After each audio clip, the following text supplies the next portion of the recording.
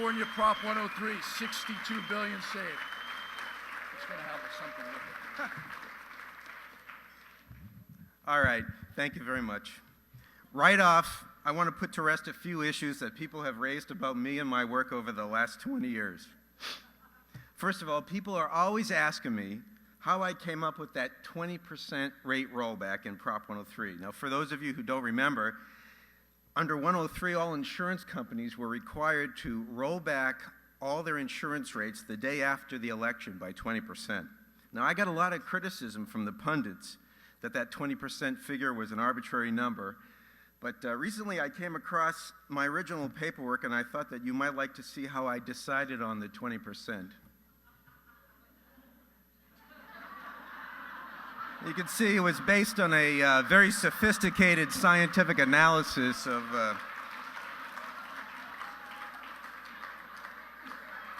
Now, another perception that I want to address is that I've always been an angry guy. That is false. Here is an excellent example of me enjoying myself.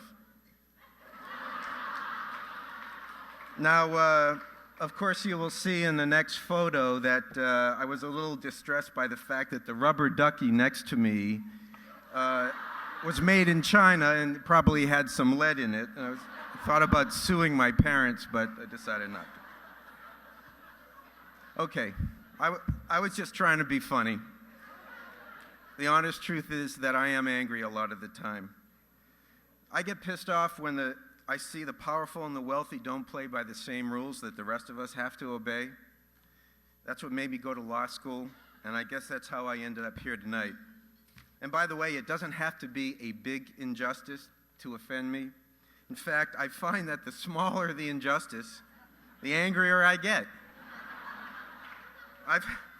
I've found that a lot of theft and routine mistreatment is committed on a daily basis in the name of some higher principle, say, like the free market.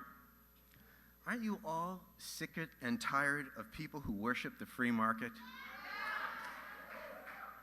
Here's what it means when the corporations talk about the free market. Hedge fund speculators are free to jack the price of gasoline up to $5 a gallon. Just like the Enron energy traders were free to fabricate a phony energy shortage here in California. AT&T is free to charge you $175 for you to cancel your phone because your service sucks. HMOs are free to say that $35 is the reasonable and customary charge for an office visit here in Los Angeles. And then, of course, to make sure that nobody does anything to stop these tricks, traps, and sophisticated scams, the corporations are free to give our elected officials $100,000, like Chevron gave the Sacramento action figure a few days ago. Every so often, the wealthy and powerful get a little too greedy, and their schemes crash.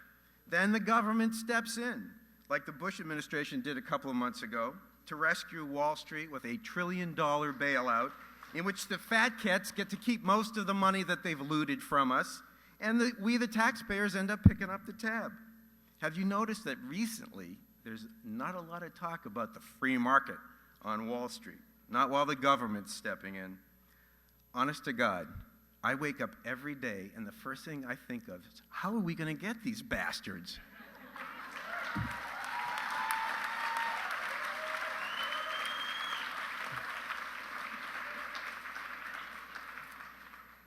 I consider myself unbelievably lucky that I have found a way to vector my outrage. Otherwise, and I really mean this, instead of being up here on the podium, there's a pretty good chance I'd be lying in some gutter raving and howling at the moon. I mean that.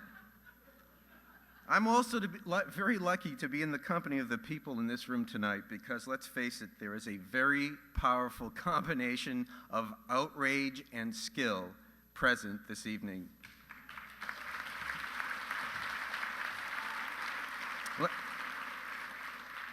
Let me start with my colleagues at Consumer Watchdog.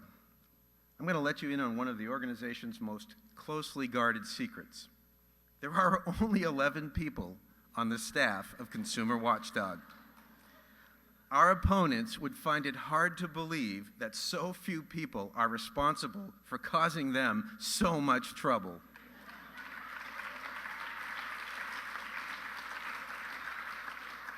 It's really an amazing force to behold. I salute the staff of Consumer Watchdog, and at the head of it are Jamie Court and Doug Heller. Now I've worked with them all, including the very first consumer advocate in this country, and I can tell you that there is nobody more single-minded and relentless in the pursuit of justice than Jamie Court.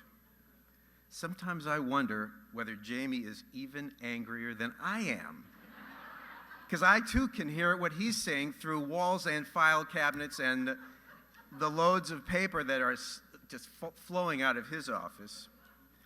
I don't know if he's angrier than me, but I'm not ready to say he is yet. I think we need to make him prove that publicly, don't you? Now, as most of you know, our executive director, Douglas Heller, is a much nicer person to deal with than either Jamie or me, which is why he has taken on the responsibility of dealing with the people in Sacramento. Doug is often calm and constantly smiling, and when he slips the blade between your ribs, you don't even know it's happened. Now, do you want to know who's responsible for that $62 billion in savings that we've heard about tonight? Those 2,300 words I wrote, they did not enforce themselves. I could have drafted the 10 Commandments, and the lawyers for the insurance industry, after they got through crawling over it, there would have been nothing left. Proposition 103 has succeeded only because a couple of dozen very committed public interest lawyers have relentlessly fought the insurance industry for the last 2 decades, starting in 1988 with Michael Strumwasser, Fred Wucher, Bob Felmuth, and their colleagues. And of the $62 billion in savings, I credit Consumer Watchdog's litigation director, Pamela Presley, for about $30 billion and change. There is not a smarter or more dedicated lawyer in the House tonight. And Todd Foreman, who's only been representing Consumer Watchdog for, I think, less than a year, has already helped chalk up $250 million in savings for all state customers. Pam, Todd, stand up. Stand up. Where are you guys?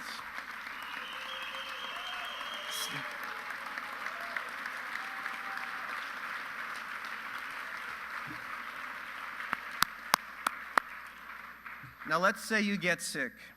Let's say you get sick. You can only hope that patrolling the halls of your local hospital are members of the California Nurses Association.